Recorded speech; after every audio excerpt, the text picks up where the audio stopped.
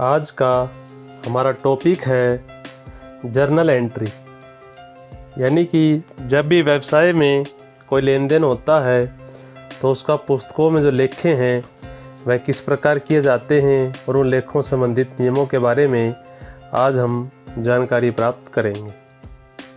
तो सबसे पहले बात करते हैं अकाउंटिंग साइकिल की, यानी कि जो लेखांकन का चक्र है वह किस प्रकार चलता है, साल में कहाँ से इसकी शुरुआत होती है और कहाँ पर जाकर इसका अंत होता है। तो प्रत्येक वर्ष जो व्यवसाय में लेन देन होते रहते हैं, जो भी लेन देन होते हैं उन्हें पुस्तकों में लिखा जाता है। जो हमारा आज का टॉपिक है जर्नल एंट्री, तो पुस्तकों में जो भी लेन देन लिखे जाते हैं उनके फिर खातों में हम ट्रांसफ़र कर देते हैं, यानी कि राम वाली एंट्री राम के खाते में, शाम वाली शाम के खाते में, यानी कि प्रत्येक जो ट्रांजैक्शन है उन सभी के अलग अलग खाते बना दिए जाते हैं जिनकी प्रकृति एक जैसी होती है, उसी के अनुसार उन्हें खातों में ट्रांसफ़र कर दिया जाता है जर्नल से।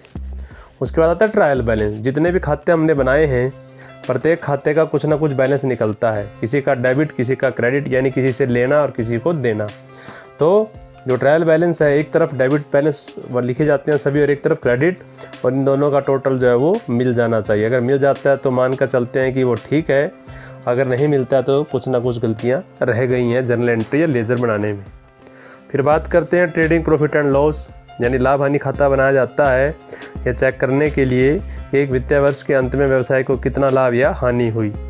और फिर इसके बाद बनाई जाती है बैलेंस शीट, वित्तीय स्थिति जानने के लिए किसी व्यवसाय की कि व्यवसाय के अंदर कितनी संपत्ति है, कितने दायित्व है, कितनी पूंजी है, ये सभी जानकारी हमें बैलेंस शीट के माध्यम से प्राप्त होती है।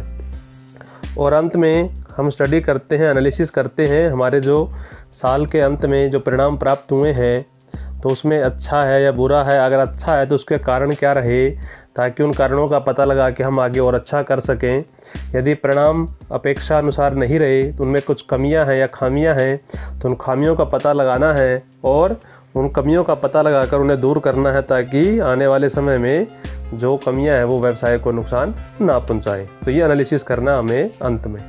और आज का हमारा टॉपिक है जर्नल एंट्री, यानी कि जो भी लेन देन होता है उसके पुस्तकों में जो लिखा जाता है, उसके जो लेखे हैं, उसके जो नियम है वो क्या है। तो बात करते हैं अकाउंटिंग प्रोसीजर। तो अकाउंटिंग प्रोसीजर का जो पहला स्टेप है आइडेंटिफिकेशन। सबसे पहले हमें पहचान करनी है कि किन लेन देनों को पुस्तकों में लिखा जाएगा और किन लेन देनों को पुस्तकों में नहीं लिखा जाएगा। तो identify the financial event which are recorded in the books of account, यानी कि कौन से वित्तीय ऐसे लेन देन हैं जिनको पुस्तकों में लिखा जाना और किनको नहीं लिखा जाना, यानी कौन से मॉनेटरी टर्म्स में है, यानी कि उन्हीं लेन देनों को पुस्तकों में लिखा जा सकता है जिन्हें मुद्रा में मापा जा सकता है। तो पहले उनको पहचान करनी है। उसके बाद फिर दूसरा होता है रिकॉर्डिंग, यानी कि लेखे करना, उनको लिखना पुस्तकों में। जिस पुस्तकों में लिखा जाता है उसे जर्नल एंट्री बुक कहते हैं हम। तो लिखने की जो पुस्तक है जर्नल एंट्री बुक है हमारी, उन लिखते समय सिस्टमेटिक तरीके से, व्यवस्थित तरीके से उसको पुस्तकों में लिखा जाता है डेट वाइज, ताकि समय आने पर इनका जो डाटा है इसका प्रयोग किया जा सके। उसके बाद फिर खाते बना दिए जाते हैं, फिर वही ट्रेडिंग प्रॉफिट एंड लॉस और बैलेंस शीट और एनालिसिस। तो आज का हमारा टॉपिक है रिकॉर्डिंग, यानी कि जर्नल एंट्री किस प्रकार की जाती है, रिकॉर्डिंग या लेखे किस प्रकार किए जाते हैं।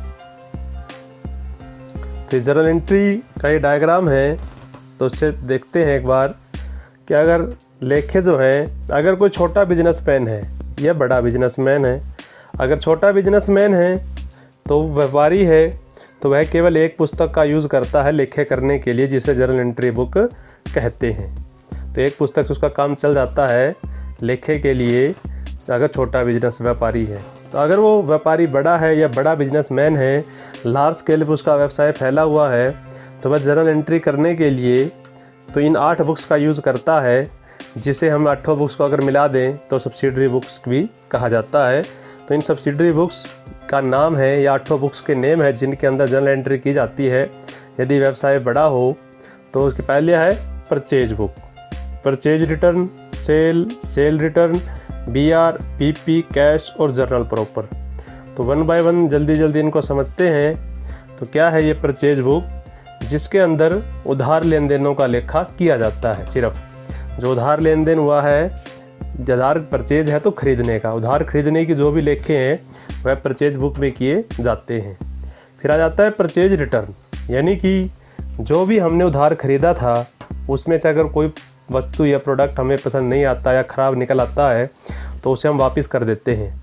तो उसकी जो लेखा है वापसी का खरीदी हुई वस्तु की, तो उसे परचेज रिटर्न बुक में लिखा जाता है। परचेज बुक में कितना उधार खरीदा और परचेज बुक रिटर्न बुक में कितना उधार खरीदा वो वापस भेज दिया। रिटर्न यानी वापसी कितना कर दिया। तीसरा आता है सेल बुक, यानी कि बिक्री। तो कितनी हमने बिक्री की है, इसके अंदर उधार बिक्री की बात करनी है सिर्फ। परचेज बुक है इसमें उधार खरीदने की, सेल बुक है इसमें उधार बेचने की। अगर उधार जो बेचा है, जो उधार बिक्री हुई है, उसकी एंट्री होगी सेल बुक में। उसी तरह से सेल रिटर्न, उधार बिका हुआ माल है, हमारे ग्राहक को पसंद नहीं आता, उसमें कोई कमी है तो वो हमें वापस कर देता है। तो जो माल वापस आता है ग्राहक से, तो उसका जो लेखा है वो सेल रिटर्न बुक में किया जाता है, जो उधार बिका हुआ माल वापस आ जाता है। उसके बाद आता है BR और BP। तो ये बिल रिसीवेबल बुक है, बिल पेएबल बुक है, यानी कि कई बार जो परचेज और सेल है, तो ये जर्नल हम मानकर चलते हैं कि जो ग्राहक हमें जानते हैं या जो हमारे नॉन हैं, कोई हमारे पड़ोसी होते हैं, कोई भी जानकार है, तो उसको हम बिना किसी गारंटी वारंटी के उधार दे देते हैं। तो वो परचेज बुक सेल बुक में हम उसकी एंट्री कर लेते हैं, कोई गारंटी नहीं कोई वारंटी, क्योंकि हम उन्हें जानते हैं, अच्छे से नॉन है वो।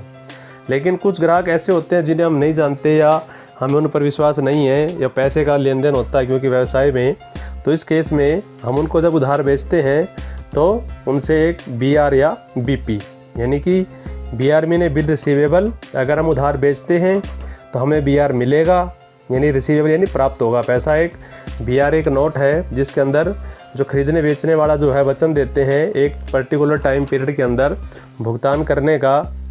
1 साल से कम पीरियड के होते हैं ये दोनों। तो BR BP, अगर हम BR की बात करते हैं पहले, बिल रिसीवेबल, यानी कि हमें जो पैसा है वो प्राप्त होना है। तो इसी तरह से अगर हमने उधार बेचा है तो ग्राहक हमें पैसा ना देकर, तो वो हमें जानता नहीं है, तो वो हमें एक BR यानी जो एक लीगल डॉक्यूमेंट है जिसके बिहाफ पर हम उधार बेच सकते हैं, तो वह 1 साल के अंदर अंदर हमें पैसा दे देगा। 1 साल से कम पीरियड के लिए इशू होता है। इसको बैंक से समय से पहले भी डिस्काउंट करवाया जा सकता है। दूसरा आता है BP, यानी कि अगर हमने उधार खरीदा है, क्योंकि व्यवसाय में खरीदा भी जाता है और बेचा भी जाता है। अगर हमने उधार बेचा है, तो अगर हमने खुद उधार खरीदा, पहले में तो था बेचा, तो हमें पैसा मिलना था, तो BR हमें मिला। तो उसी तरह से अगर हमने उधार खरीदा है तो हमने पैसा देना है, तो हम उसको पैसे नगद में ना दे करके उधार खरीद रहे हैं उससे, तो वो भी हमें नहीं जानता, तो वो भी हमें ऐसे उधार नहीं देगा। तो उसको हम एक BP, यानी हमने अब पे करना है, हमें रिसीव करना है तो हमें BR मिलता है, अगर हमने पे करना है तो हमने BP, उसको एक डॉक्यूमेंट, लीगल डॉक्यूमेंट होता है जो उसे लिख कर दे देते हैं, इतने समय में इतने रुपए और मैं आपको अदा करने का वचन देता हूँ। तो ये BP डॉक्यूमेंट है, हम उसे लिख कर दे देंगे एक पर्टिकुलर टाइम के लिए। तो ये भी उधार से संबंधित है, ऊपर वाली भी उधार से संबंधित है। तो ऊपर वाली परचेज और जो सेल है वो हम मानकर चलते हैं कि वो हमारा नॉन है, उससे हमें गारंटी वारंटी की ज़रूरत नहीं है, उसको हम ऐसे ही आता है, पड़ोसी बच्चा आया उसने सामान लिया और चला गया, हमने नोट कर लिया। तो लेकिन जो BR BP है, जो हमें नहीं जानते, जो अननोन है, जहाँ पैसे का रिस्क है, तो वहाँ हम उस ग्राहक से BR ले लेते हैं, और जो हमें नहीं जानते वो हम उनको BP दे देते हैं उधार खरीदने और बेचने संबंधित है ऊपर वाली 6 की 6। अब बात आती है कैश बुक की, यानी कि नगद, जो भी नगद लेन देन होता है हमारा, उनको कैश बुक में लिखा जाता है। तो कैश बुक के अंदर नगद लेन देनों का लेखा किया जाता है, उधार का कोई लेखा नहीं होता। तो ऊपर की जो 6 बुक्स थी सारी की सारी उधार से संबंधित है। उधार खरीदने की, उधार खरीदा हुआ माल वापस करने की, उधार बेचने की, उधार बिका हुआ माल वापस आने की, BR, फिर उधार बेचने की, वहाँ से BR मिलेगा, फिर उधार खरीदने की, हम BP देंगे उसको, फिर कैश बुक्स, इसमें केवल नगद की। तो लास्ट आता है 8वीं बुक, जर्नल प्रॉपर। वह एंट्री जो इन 7 बुक्स में नहीं होती, purchase return, cell return, BR BP और कैश बुक। तो कुछ एंट्री या लेखे ऐसे भी होते हैं जिनका लेखा इन 7 पुस्तकों में नहीं होता, तो उस लेखे को जर्नल प्रॉपर बुक में लिखा जाता है। जैसे डेप्रिसिएशन है, तो इस तरह के बहुत सारे लेखे होते हैं हमारे जो इन 7 पुस्तकों में नहीं आते, तो उनके जो लेखा है फिर जर्नल प्रॉपर पुस्तक में किया जाता है। और इन 8 को अगर मिला दिया जाए तो उसे सब्सिडरी बुक कहते हैं। तो ये जर्नल एंट्री की ही बात थी, सिर्फ लेखों की। छोटा बिजनेसमैन है तो एक बुक से काम चला लेता है, अगर बड़ा बिजनेसमैन है तो इन 8 बुक्स का यूज़ कर सकता है जर्नल एंट्री करने के लिए। इन 8 को टोटल करके सब्सिडरी बुक्स भी कहा जाता है। अब बात करते हैं लेखा करने संबंधित नियमों की, क्योंकि लेखे करते समय जो सिस्टमेटिक ढंग से व्यवस्थित तरीके से पुस्तकों में लेखा किया जाता है, तो लेखे के कुछ नियम भी हैं। तो लेखा करते समय क्योंकि जो भी लेन देन होता है तो प्रत्येक लेन देन का प्रत्येक लेखे का दोहरा लेखा किया जाता है, यानी कि डबल एंट्री होती है, एक डेबिट साइड में दूसरी क्रेडिट साइड में। तो फिर प्रश्न उठता है कि किसको डेबिट में लिखा जाए और किसको क्रेडिट में लिखा जाए। तो टोटल जितने भी खाते होते हैं हमारे उनको 3 भागों में बांटा गया है। तो टोटल अकाउंट्स होते हैं हमारे 3 भागों में उनको बांटा है, पर्सनल अकाउंट, रियल अकाउंट और नॉमिनल अकाउंट। एक पर्सनल अकाउंट यानी व्यक्तिगत खाते, रियल अकाउंट यानी कि वास्तविक खाते, नॉमिनल अकाउंट यानी कि नाम मात्र खाते। जितने भी व्यक्तिगत खाते होते हैं तो उनमें किसको डेबिट में लिखा जाएगा, किसको क्रेडिट में लिखा जाएगा, उस पर कौन सा नियम लागू होता है लेखांकन का, लेखे करने का। तो वास्तविक खातों पे कौन सा लागू होता है और नाम मात्र खातों पे कौन सा। तो व्यक्तिगत खाते पहले जान लेते हैं कि होते क्या हैं। तो व्यक्तिगत खाते वह खाते होते हैं, यानी पर्सनल अकाउंट यानी व्यक्तिगत खाते वह खाते होते हैं जो किसी व्यक्ति, संस्था, कंपनी, फर्म, ऑर्गेनाइजेशन और एसोसिएशन के नाम से संबंधित होते हैं, उसे व्यक्तिगत खाते कहते हैं। यानी जो किसी के नाम से खोले जाते हैं, चाहे वो व्यक्ति हो, चाहे वो संस्था हो, चाहे वो फर्म हो, चाहे वो कंपनी हो, चाहे वो इंस्टीट्यूशन हो, चाहे एसोसिएशन हो, तो उसे व्यक्तिगत खाते कहते हैं। तो व्यक्तिगत खातों पे जो नियम लागू होता है वो है debit the receiver, credit the giver. यानी डेबिट में किसको लिखा जाएगा, क्रेडिट में किसको। रिसीवर मीन्स लेने वाला, यानी कि जो लेने वाला है, जिसको पैसा मिला है उसको डेबिट में लिखते हैं और देने वाले को लिखते हैं क्रेडिट में। Debit the receiver, credit the giver. तो पर्सनल अकाउंट पे ये नियम लागू होता है, debit the receiver, credit the giver. लेने वाला डेबिट में, देने वाला क्रेडिट में। अब बात करते हैं रियल अकाउंट यानी वास्तविक खाते। वास्तविक खाते व्यवसाय की संपत्तियों से संबंधित होते हैं और इन पर जो नियम लागू होता है वह है debit what comes in, credit what goes out. यानी कि व्यवसाय में जो आता है उसे डेबिट साइड में लिखा जाएगा और जो व्यवसाय से बाहर जाता है उसे क्रेडिट साइड में लिखा जाता है। उसके बाद आता है तीसरा हमारा है नाम मात्र के खाते। तो नाम मात्र के खाते वह खाते होते हैं जो व्यवसाय के खर्चों, आय, इनकम, प्रॉफिट, लॉस और एक्सपेंसेस से संबंधित होते हैं, उसे नाम मात्र के खाते कहते हैं। फिर अब डेबिट में किसे लिखा जाएगा, क्रेडिट में किसे। जितने भी खर्चे हैं हमारे व्यवसाय के और लॉसेस हैं इन्हें डेबिट साइड में लिखा जाता है और जितने भी इनकम है, प्रॉफिट्स हैं, गेन्स हैं, इन सभी को क्रेडिट साइड में लिखा जाता है। तो एक बार जल्दी जल्दी रिवाइज कर लेते हैं। लेने वाले को डेबिट साइड में, देने वाले को क्रेडिट साइड में, जो आता है डेबिट में जाता है क्रेडिट में, खर्चे और लॉस को डेबिट में, इनकम और प्रॉफिट या गेन को क्रेडिट साइड में लिखा जाएगा। तो ये थे हमारे नियम और खाते। खाते 3, पर्सनल, रियल, नॉमिनल, और तीनों के नियम अलग अलग हैं, ये हमने पढ़ लिए हैं। अब आगे चलते हैं। तो अब बात करते हैं जर्नल एंट्री की। तो जर्नल एंट्री एक व्यवसाय के अंदर बहुत सारी जर्नल एंट्री करनी होती है हमें।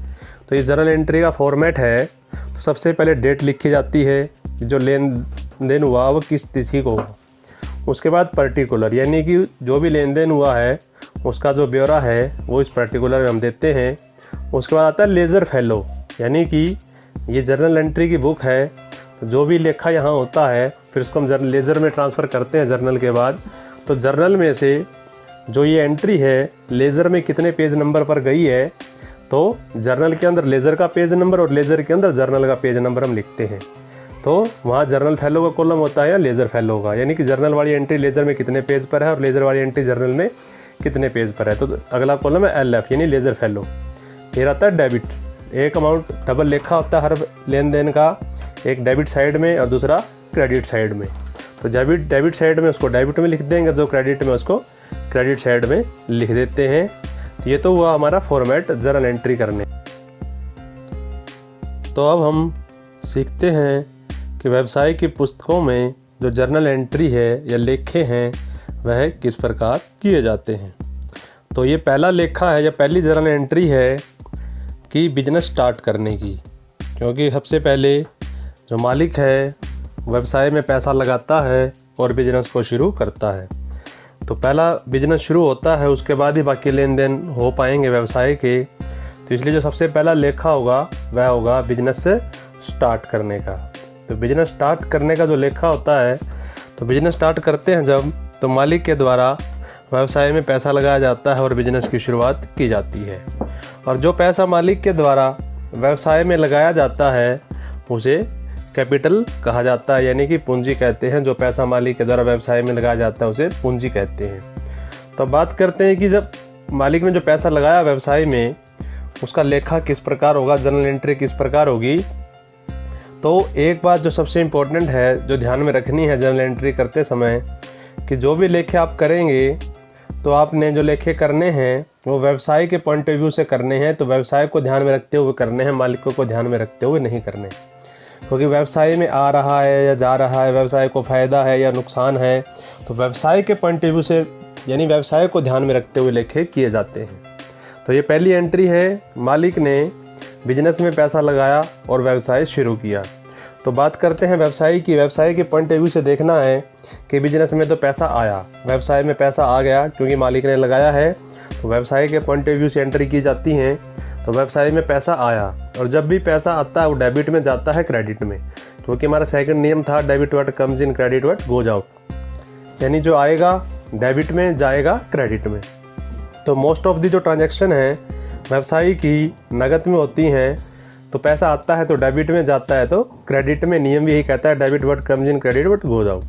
अब व्यवसाय में मालिक ने पैसा लगाया तो पैसा आ गया व्यवसाय में, तो पैसा आता है तो डेबिट में लिखा जाएगा।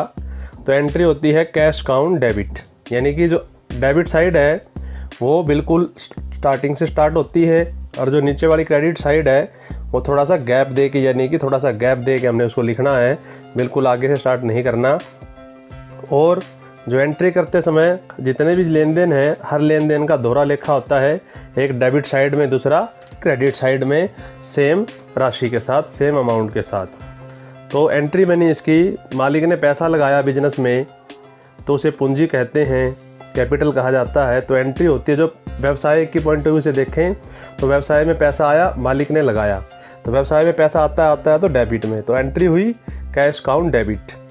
और जो पैसा मालिक ने लगाया व्यवसाय में उसे कहते हैं पूंजी।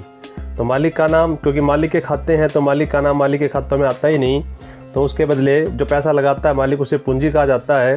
क्योंकि व्यवसाय का और मालिकों का दोनों अलग अलग हैं, तो व्यवसाय को ध्यान में रखते हुए हमने एंट्री करनी है। तो जो पैसा मालिक ने व्यवसाय में लगाया वो बन गई पूंजी।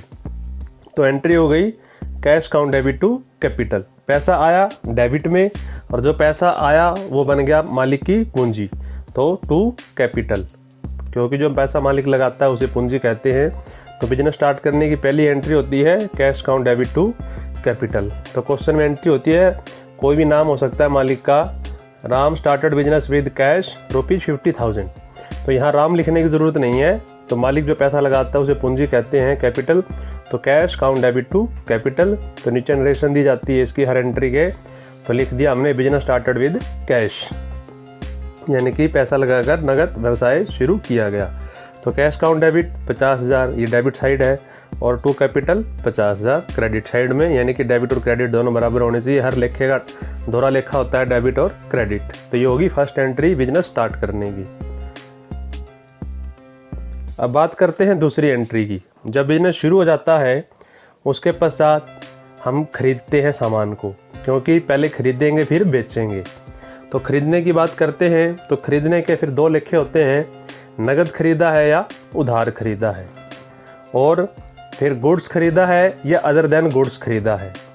तो अब गुड्स क्या होता है, यानी कि जिस चीज़ का हमारा व्यवसाय है उसे गुड्स कहते हैं। मान लीजिए कपड़े के व्यापारी हैं तो कपड़ा आपके लिए गुड्स है, फर्नीचर के व्यापारी हैं तो फर्नीचर आपके लिए गुड्स है। जिस चीज़ का भी आपका व्यापार है वो आपके लिए गुड्स है। मान लीजिए कपड़े का व्यापारी हो तो कपड़ा आपके लिए गुड्स हो गया। तो व्यवसाय में और भी बहुत सारी चीज़ें खरीदी जाती हैं, जैसे बिल्डिंग है, फर्नीचर है, मशीनरी है, गाड़ी है, तो ये सब चीज़ें अदर देन गुड्स में आती हैं। तो जब गुड्स खरीदते हैं और बेचते हैं उसके लिए परचेज और सेल वर्ड यूज होता है, और गुड्स को छोड़कर कुछ भी खरीदते हैं या बेचते हैं उस समय हम उसका नाम लिखते हैं, जो चीज़ खरीदी गई है, जो चीज़ बेची गई। तो पहले बात करते हैं परचेज गुड्स की, यानी कि जिस चीज़ का हमारा व्यवसाय है, व्यापार है, उसको हम खरीद रहे हैं, तो उसके लेखे क्या होंगे, किस प्रकार से एंट्री होंगी। तो मैंने पहले भी बता दिया, जो परचेज है, परचेज गुड्स है, दो प्रकार से ऑप्शन होंगे, नगद खरीदा है या उधार खरीदा है। क्योंकि व्यवसाय में जो वस्तुएं हैं नगद भी खरीदी जाती हैं और उधार भी खरीदी जाती हैं। तो पहली बात करते हैं नगद खरीदने की। तो एंट्री है हमारे पास, purchase goods from Ramesh in cash 5,000। तो कई बार दिया होता है अकेला परचेज गुड्स, तो भी वो नगद माना जाता है। अगर purchase goods from Ramesh in cash नाम भी दिया है जिससे खरीदा और नगद भी लिखा हुआ है, तो जब हमें पैसा नगद में मिल जाता है तो हमें नाम की कोई आवश्यकता नहीं है, नाम की हमें कोई ज़रूरत नहीं। मान लीजिए आपकी दुकान है, कुछ ग्राहक पैसे दे गया और सामान ले गया, तो उसका नाम हम पुस्तकों में क्यों लिखेंगे जब हमें पैसे आ गए और सामान चला गया। तो नाम उसी का लिखते हैं हम पुस्तकों में जो हमसे उधार लेकर जाता है, जिससे हमने पैसे आगे लेने होते हैं। तो इसी तरह से इसको एंट्री में नाम भी दिया है और कैश भी लिखा है, तो इसको कैश माना जाएगा। तो यहाँ नाम का कोई महत्व नहीं है, तो इसे नगद मानते हैं। तो जब भी हम गुड्स खरीदते हैं तो परचेज डेबिट में आती है, क्योंकि खरीदने और बेचने के लिए गुड्स को परचेज और सेल वर्ड का यूज होता है। अब परचेज डेबिट में क्यों आती है? क्योंकि जब भी आप गुड्स खरीदोगे तो व्यवसाय में वो आएगा, जो आता है उसे डेबिट में लिखा जाता है। और जब भी नगद खरीदोगे तो पैसा जाएगा जो जाता है क्रेडिट में, जो आता है डेबिट में। तो हमने परचेज किया गुड्स सामान, तो व्यवसाय में आया तो डेबिट में, और गुड्स खरीदा है तो उसके लिए वर्ड यूज होता है परचेज। गुड्स नहीं लिखना है यहाँ पे, गुड्स काउंट डेबिट नहीं लिखा जाता। गुड्स खरीदने और बेचने के लिए परचेज और सेल वर्ड का प्रयोग होता है। तो हमने लिख दिया जो आया क्या, परचेज, क्योंकि गुड्स आया है लेकिन गुड्स की जगह हम क्या लिखते हैं, परचेज। तो purchase count debit to cash, क्योंकि जब नगद खरीदेंगे तो पैसा जाएगा, तो टू कैश 5,000 रुपये 5,000 रुपये। यहाँ नाम की आवश्यकता नहीं है क्योंकि नगद खरीदा गया है। तो दूसरा है जब उधार खरीदा, परचेज गुड्स फ्रॉम रमेश 5,000, यानी कि रमेश से खरीदा है, नगद का कोई जिक्र नहीं, इसका मतलब आपने उधार खरीदा है रमेश से। तो जब भी गुड्स खरीदोगे तो गुड्स तो आएगा व्यवसाय में, तो डेबिट में, जो आता है डेबिट में, तो परचेज काउंट डेबिट। और अब आपने उधार खरीदा, पैसा तो आपसे गया नहीं, तो आपने जिससे भी उधार खरीदा है तो उसका आपने यहाँ पे नाम नोट कर लेना है, क्योंकि परचेज तो डेबिट में रहेगी, एक साइड डेबिट में एक दूसरी क्रेडिट में।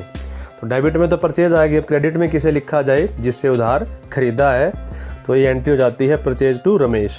अगर राम श्याम नाम जो भी नाम है वो नाम आप लिख लेंगे और नीचे नरेशन में दे देंगे purchase on goods on credit. तो दो एंट्री होती हैं गुड्स खरीदने की, पहली परचेज टू कैश, दूसरी होती है परचेज टू रमेश, यानी कि नगद खरीदने की और उधार खरीदने की। परचेज हमेशा डेबिट में है, जब भी खरीदेंगे तो परचेज हमेशा डेबिट में आएगा। अब ये देखना है कि नगद खरीदा है कि उधार खरीदा है। नगद खरीदा है तो टू कैश, उधार खरीदा है तो टू नेम, जिससे खरीदा है उसका नाम नोट कर लेंगे। तो ये होगी दो एंट्री हमारी खरीदने की, परचेज गुड्स खरीदने की, नगद और उधार। अब बात करते हैं परचेज अदर देन गुड्स। तो मैंने आपको पहले भी बताया, तो जो गुड्स है तो ज़रूरी नहीं है कि हम गुड्स ही खरीदते हैं व्यवसाय में। गुड्स के साथ साथ व्यवसाय को बहुत सारी चीज़ें खरीदनी होती हैं, जैसे बिल्डिंग है, फर्नीचर है, मशीनरी है, गाड़ी है, कार है, तो बहुत सारी चीज़ें खरीदेगा व्यवसाय बिजनेस को चलाने के लिए, ज़रूरत पड़ती है व्यवसाय में। तो गुड्स के लिए तो परचेज और सेल वर्ड यूज हो गया। गुड्स को छोड़कर कुछ भी खरीदता है तो उसका नाम लिखा जाता है, परचेज और सेल वर्ड यूज नहीं होता वहाँ पे। तो अब एंट्री है परचेज अदर देन गुड्स। तीसरी एंट्री है, पहली थी बिजनेस स्टार्ट करने की, दूसरी थी परचेज गुड्स की, कैश और क्रेडिट, फिर है purchase other than goods, cash और क्रेडिट, यानी नगद और उधार। तो एंट्री दी होती है हमें purchase building from Kunal in cash, यानी 70,000 रुपये में हमने नगद खरीदी, या अकेला लिखा हो परचेज बिल्डिंग 70,000, इसका मतलब वो भी नगद खरीदी है, क्योंकि किसी का नाम मेंशन नहीं है और नगद और उधार का कोई मेंशन नहीं है, तो नगद ही मानी जाती है। तो दोनों में से कुछ भी लिखा हो तो अब यहाँ पे नाम भी है और कैश भी है। तो मैंने आपको पहले ही बताया, अगर नाम भी दिया हो, कैश भी दिया हो, तो वो कैश ही माना जाएगा, नाम का कोई महत्व नहीं है। तो एंट्री हो गई। अब खरीदा क्या हमने, बिल्डिंग, परचेज वर्ड यूज़ नहीं करेंगे क्योंकि परचेज यूज होता है गुड्स के लिए। तो अब हम एंट्री कर रहे हैं परचेज अदर देन गुड्स। तो गुड्स खरीदते तो परचेज काउंट डेबिट लिखते, अब हमने खरीदा है बिल्डिंग, फर्नीचर, मशीनरी, तो जो भी खरीदेंगे उसका नाम डेबिट में, जो आता है डेबिट में। बिल्डिंग खरीदी तो बिल्डिंग आएगी, फर्नीचर खरीदा तो फर्नीचर आएगा व्यवसाय में, मशीनरी खरीदी तो मशीनरी आएगी व्यवसाय में, तो जो भी आएगा डेबिट में। अब बिल्डिंग आ गई व्यवसाय में, बिल्डिंग खरीदी तो हमारी होगी व्यवसाय के अंदर, तो बिल्डिंग काउंट डेबिट। नगद खरीदी है तो टू कैश, पैसा चला गया। उसी तरह से परचेज बिल्डिंग फ्रॉम कुणाल, यानी कि अब उधार खरीदी है, तो उधार खरीदी है तो बिल्डिंग तो आएगी, चाहे उधार खरीदे या नगद खरीदें। तो व्यवसाय में बिल्डिंग आ गई तो बिल्डिंग काउंट डेबिट 70,000 रुपये। फर्नीचर खरीदा तो फर्नीचर काउंट डेबिट, मशीनरी खरीदी तो मशीनरी काउंट डेबिट। अब उधार खरीदी है तो फिर वही पोजीशन है, उसका नाम नोट कर लेंगे जिससे हमने उधार खरीदी है, चाहे राम श्याम नाम जो भी नाम हो उस व्यक्ति का जिससे उधार खरीदा है, तो उसका नाम नोट कर लेंगे। और दोनों ही स्थितियों में नीचे नरेशन देनी है, purchase building for cash, purchase building on credit, यानी कि नकद में खरीदी है, उधार में खरीदने की एंट्री, नकद में खरीदने की एंट्री है। तो 3 एंट्रियाँ हो गई, गुड्स पहले बिजनेस स्टार्ट करने की, परचेज गुड्स की, नकद और उधार, परचेज अदर देन गुड्स की, नकद और उधार। तो गुड्स तो मैंने पहले बताया था, जिसका व्यवसाय है वो हमारे लिए गुड्स है, और उसको छोड़कर जो भी खरीदते हैं वो अदर देन गुड्स में आता है। अब खरीद लिया सामान व्यवसाय में, जब खरीदेंगे तो फिर बेचेंगे भी, क्योंकि व्यवसाय का काम ही है खरीदना और बेचना। तो जब खरीद लिया उसको बेचना भी है, तो बेचने की एंट्रियाँ सीखते हैं। तो जब भी हम खरीदते हैं तो सामान आता है, और जब भी हम बेचते हैं तो सामान व्यवसाय में से जाता है, क्योंकि आपको मैंने पहले बताया व्यवसाय के पॉइंट ऑफ व्यू से देखना हमने। तो जब भी बेचेंगे तो जो माल है वो व्यवसाय में से जाएगा, जो चीज़ जाता है व्यवसाय में उसे क्रेडिट साइड में लिखा जाता है, यानी कि परचेज डेबिट में, सेल क्रेडिट में, क्योंकि परचेज से सामान आता है और सेल से सामान जाता है। तो जब भी हम खरीदेंगे गुड्स तो डेबिट में, बेचेंगे तो क्रेडिट में। अब बेचा है गुड्स, तो गुड्स के लिए वर्ड यूज होता है सेल, और गुड्स के लिए वर्ड यूज होता है परचेज। खरीदने के लिए परचेज और बेचने के लिए सेल। तो सेल आएगी क्रेडिट में, क्योंकि ये 2 नीचे वाली साइड क्रेडिट होती है, हमारी ऊपर वाली डेबिट। तो सेल रहेगा हमेशा क्रेडिट में, क्योंकि जब भी बेचोगे तो सेल क्रेडिट, माल जाएगा और माल जाएगा तो उसे क्रेडिट में लिखेंगे। फिर आपने देखना है कि नकद बेचा या उधार। अब क्रेडिट साइड में तो सेल रहेगा ही रहेगा, क्योंकि बेचा है तो सेल क्रेडिट में। अब देखना नकद बेचा है तो कैश अकाउंट डेबिट, उधार बेचा है तो नेम अकाउंट डेबिट, यानी कि जो भी ग्राहक है उसका नाम आप नोट कर लेंगे, राम श्याम नाम, जो भी नाम उस ग्राहक का होगा तो name account debit, name to sale और कैश टू सेल। नगद बेचा है तो कैश टू सेल, उधार बेचा है तो नेम टू सेल। तो ये एंट्रियाँ होती है हमारी बेचने की, गुड्स को बेचने की। तो पहले था परचेज गुड्स, फिर परचेज अदर देन गुड्स, अब है सेल गुड्स। अब बात करते हैं सेल अदर देन गुड्स की। तो सेम वही परिस्थिति है कि गुड्स को छोड़कर व्यवसाय में बहुत सी चीज़ें हैं, उनको भी बेचा जाता है, वो ख़राब हो जाती हैं या हमारी आवश्यकता अनुसार हमें उनकी ज़रूरत नहीं होती, तो व्यवसाय उन्हें बेच देता है।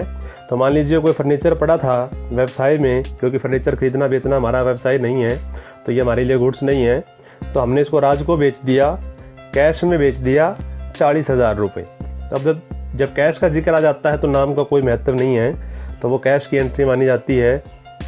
तो 40,000 रुपये में अगर अकेला फर्नीचर सोल्ड लिखा हो तो अभी मान लीजिए नगद में बेचा है, नाम दे के कैश का जिक्र है तो भी समझो नगद में है वो बेचा है। तो जब भी बेचते हैं तो वो चीज़ जाती है व्यवसाय में से। अब बेचा क्या है? फर्नीचर, तो फर्नीचर तो गया, जो जाता है वो क्रेडिट में, तो टू फर्नीचर। अब ये देखना है कि नगद बेचा है या उधार बेचा है। अगर नगद बेचा है तो कैश अकाउंट डेबिट, उधार बेचा है तो नेम अकाउंट डेबिट। तो जिसको भी बेचा है, अमन है तो अमन, क्योंकि ये इसमें हमारे अमन बेचा है, अमन को खरीदा है राज से, तो राज से खरीदा है तो राज का नाम का तो कोई महत्व ही नहीं, क्योंकि नगद में खरीदा है। तो सेकंड एंट्री में हमने बेचा है अमन को, तो जो चीज़ बेची है वो तो क्रेडिट में आएगी, क्योंकि गुड्स बेचा है तो सेल क्रेडिट में, अगर अदर देन गुड्स बेचा है तो जो भी बेचा है उसका नाम क्रेडिट में।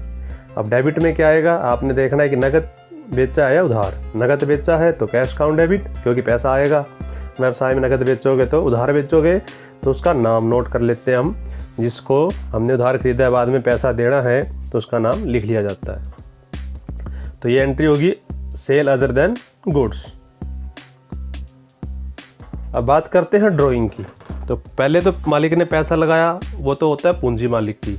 तो उसी तरह से कई बार जो मालिक है व्यवसाय में से अपने पर्सनल कार्यों के लिए, अपने पर्सनल यूज़ के लिए पैसा निकाल लेता है, तो उसे ड्राइंग कहते हैं। वह पैसा जो मालिक के द्वारा व्यवसाय में से अपने निजी कार्यों के लिए निकाला जाता है उसे आहरण कहते हैं, यानी कि ड्राइंग कहते हैं। जो ड्राइंग है, या तो मालिक पैसा निकालेगा व्यवसाय में से, या गुड्स निकालेगा, या दोनों निकालेगा। कई बार जो मालिक है केवल गुड्स का आहरण करता है, कई बार सिर्फ पैसे का आहरण करता है, कई बार पैसे भी निकाल लेता है और गुड्स भी निकाल लेता है, दोनों का आहरण एक साथ कर लेता है। तो ये एंट्री हम सीखते हैं। अब ड्राइंग की एंट्री हो रही है, जब मालिक व्यवसाय में से पैसा निकालेगा तो व्यवसाय को नुकसान होता है, यानी कि लॉस हो जाता है, क्योंकि उतना पैसा व्यवसाय से चला गया, मालिक ने पर्सनली यूज़ कर लिया उस पैसे को, तो उसे आहरण कहते हैं। मालिक की पूंजी में से तो काट लेते हैं उसे, लेकिन इसे फिर भी व्यवसाय को तो लॉस है, क्योंकि उतने का सामान जो है मालिक अपने घर पर ले गया, उतने पैसे व्यवसाय में से निकाल कर घर पर ले गया, अपने निजी कार्यों पे खर्च कर रहा है, तो व्यवसाय के लिए एक तरह का लॉस है वो।